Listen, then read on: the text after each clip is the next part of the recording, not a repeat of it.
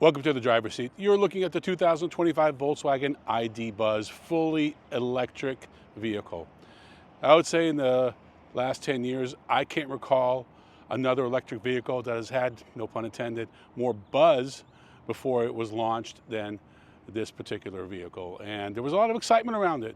Starting price under $60,000, then you could get the federal tax credit, supposed to have close to 300 miles of range, etc., etc.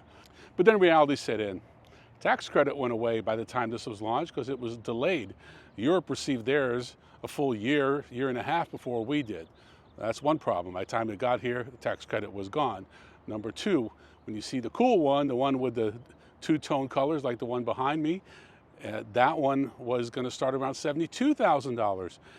So all of a sudden you kind of had this mission creep. You know, the original VW bus was intended to be kind of a cheap mode of transportation for the surfers, the campers, and it wasn't very expensive.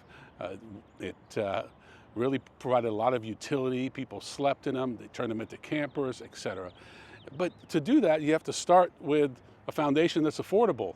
And with a starting price of $60,000, closer to $70,000, and no federal tax credit, you're not going to get a lot of surfers who do that for a living that can afford that much money. So let's talk about some key metrics. The ID Buzz is essentially a minivan. There are no pure electric minivans right now for sale in the US, so it kind of stands in a segment of its own. I think it's a very attractive looking vehicle. The range is around 240, should have been around 300. 0 to 60 in 6 seconds, that's pretty impressive. The starting price, as mentioned, just under $60,000, and then you have a price of around $72,000 if you want to get the one behind me, which has all the cool features and the two-tone color combinations. Great color option. I think the designers just nailed it, but I think the people that, in my opinion, were going to buy this vehicle were either older customers who had a VW bus back in the day and wanted to see what this was about, or just young people that want to go electric and wanted something cool. This vehicle has turned heads all week. It's been impressive. People have stopped me, they've waved at me, they've honked at me, asked me questions, and I really think they could have nailed it, but they missed on the range.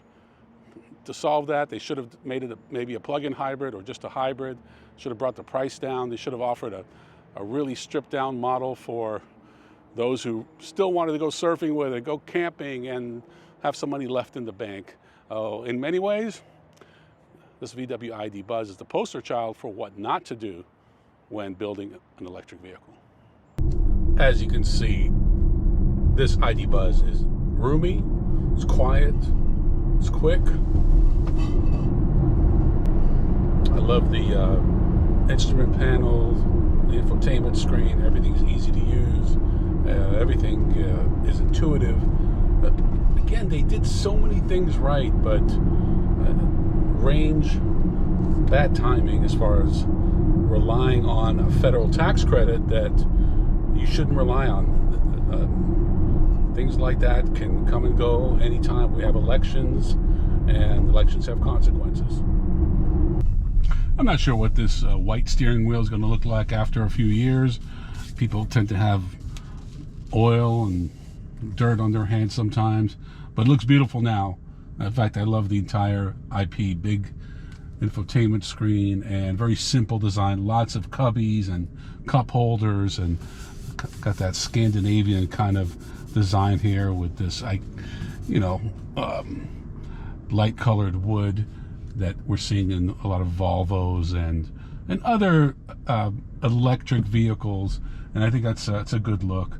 They did a great job with the color combinations, and wanted to show you, so we're at 70% right now, 168 miles of range. One thing I didn't mention is that you can fast charge this. Now, we did a test with Hyundai a few years ago, 10% to 80% in 18 minutes.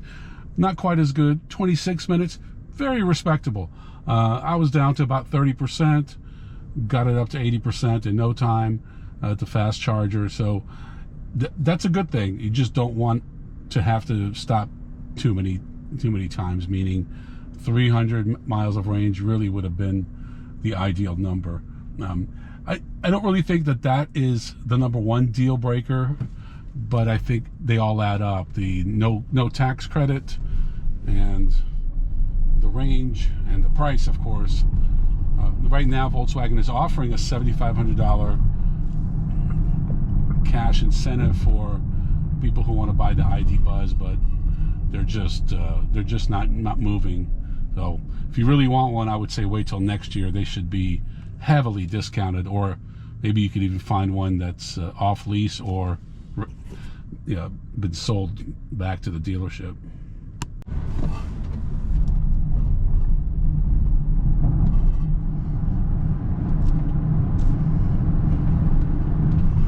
As you can see, it's plenty quick.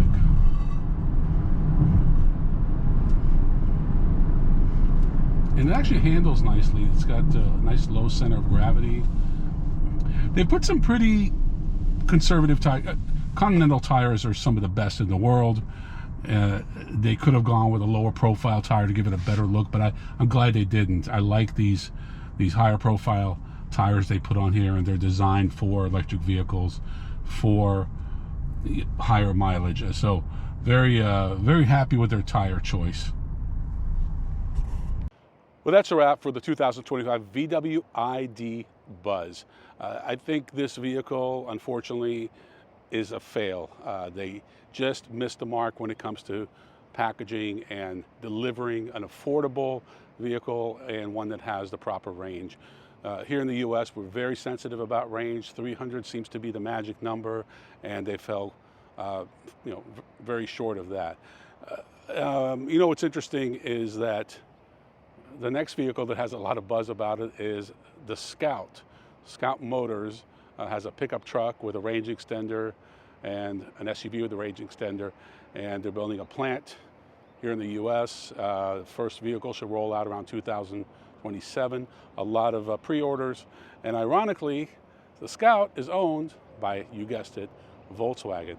So far, they don't have a good track record of launching electric vehicles here in the US. Maybe the Scout will be the exception. For right now, as far as the ID Buzz, the ID4, the whole ID concept here in the US, I think VW needs to go back to the drawing board. I'm Ron Doran. Thanks for watching. See you next time on The Driver's Seat.